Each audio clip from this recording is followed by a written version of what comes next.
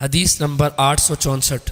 حضرت انس رضی اللہ عنہ بیان کرتے ہیں کہ نبی اکرم صلی اللہ علیہ وسلم نے فرمایا، رکوع اور سجدہ پورا پورا کیا کرو، پس باخدا میں اپنی پشت کے پیچھے سے تم کو تمہارے رکوع اور سجدہ کی حالت میں بھی دیکھتا رہتا ہوں۔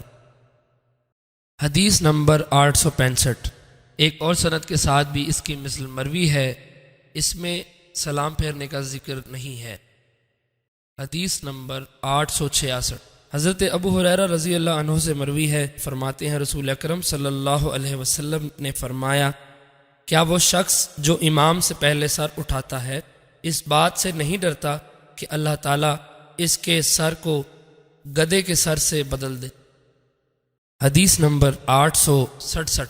حضرت ابو ہریرہ رضی اللہ عنہ سے مروی ہے، نبی اکرم صلی اللہ علیہ وسلم نے فرمایا، کیا وہ شخص جو اپنی نماز میں امام سے پہلے سر اٹھاتا ہے اس بات سے بے خوف ہے کہ اللہ تعالیٰ اس کی شکل کو گدھے کی شکل سے بدل دے؟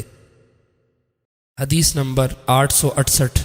ایک اور سند کے ساتھ بھی اس کی مثل مروی ہے، البتہ اس میں یوں ہے کہ اللہ تعالیٰ اس کے چہرے کو گدھے کے چہرے سے بدل دے۔